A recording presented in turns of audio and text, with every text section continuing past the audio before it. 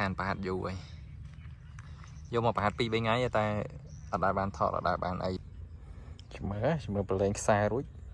ở đã xong đây ở bị chập đây lên mà đòn ôi việc đây chập đây chỉ mới ai lời chập đây lên mà đòn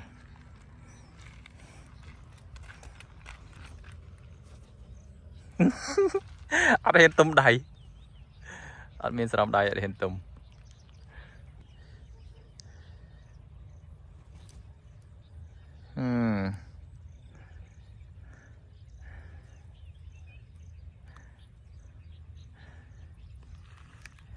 vậy đấy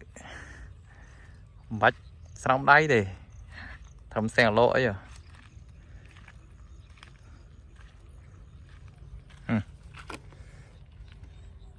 tay tiết vào đây đài ở bàn ngay vậy lấy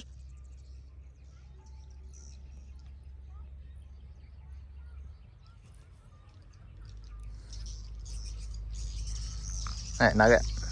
thế ạ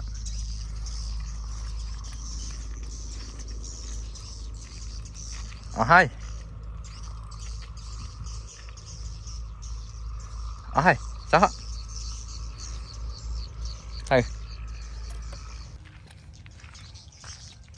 đa thọt này mà có mọi người hàng màu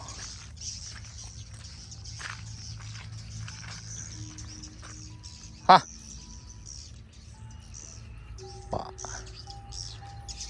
tập bạn đây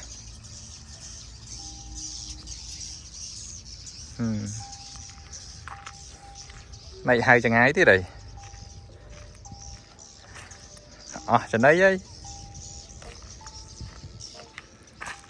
tới ơi mấy buôn mày vì vật tàu họ mà rồi chào các bạn rồi những đào vì nâng màu đồ tàn vậy đó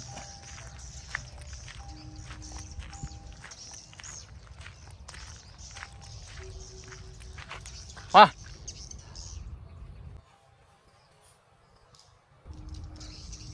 thế ạ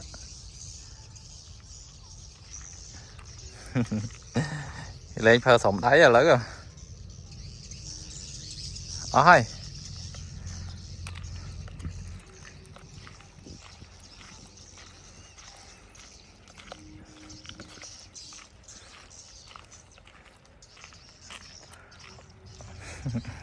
đây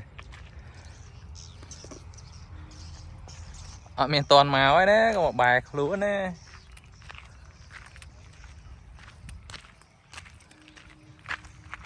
ở đây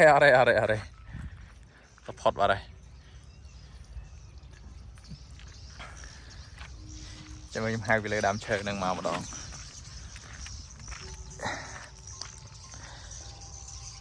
tìm hử tới lươn này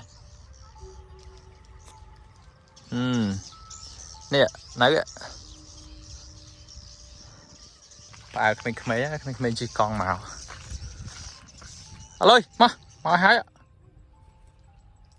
thế ạ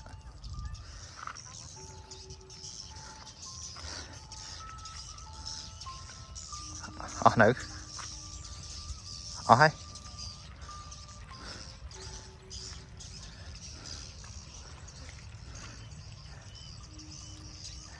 mình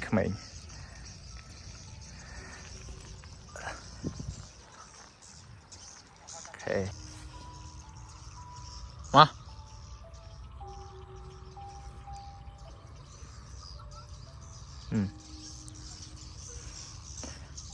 hai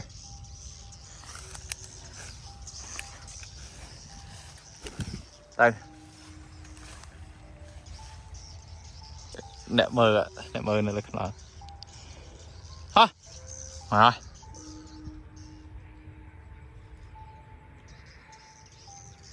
này rụng bạn lê lơ nụ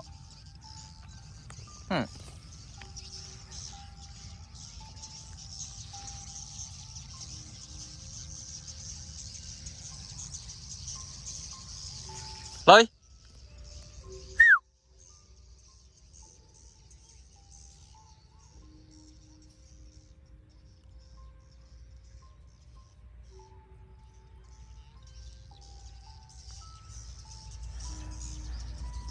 Đấy. Ha.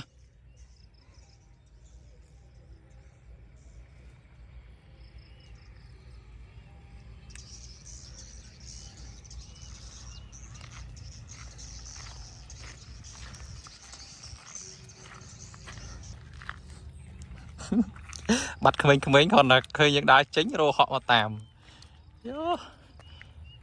Ha.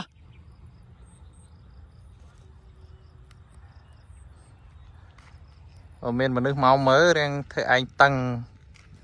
ở hay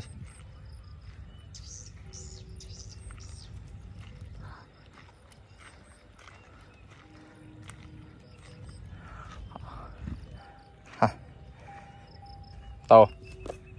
tôn bàn thọt phồng tụm đào anh mình tích mau tạm chơi lượt đại xì mà ôi chết ở trên này vậy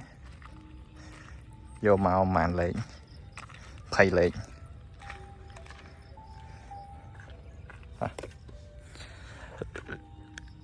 chụp hai cái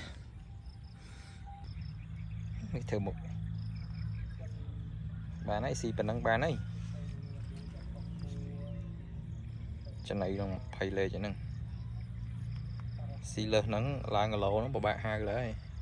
ọt miền trên đây đi còn một mơ đây vậy các ba là rô mày sao nhưng lên cho nó bắt tục tới về họ từ họ mà bột bị đan lần chìm các ba bên năng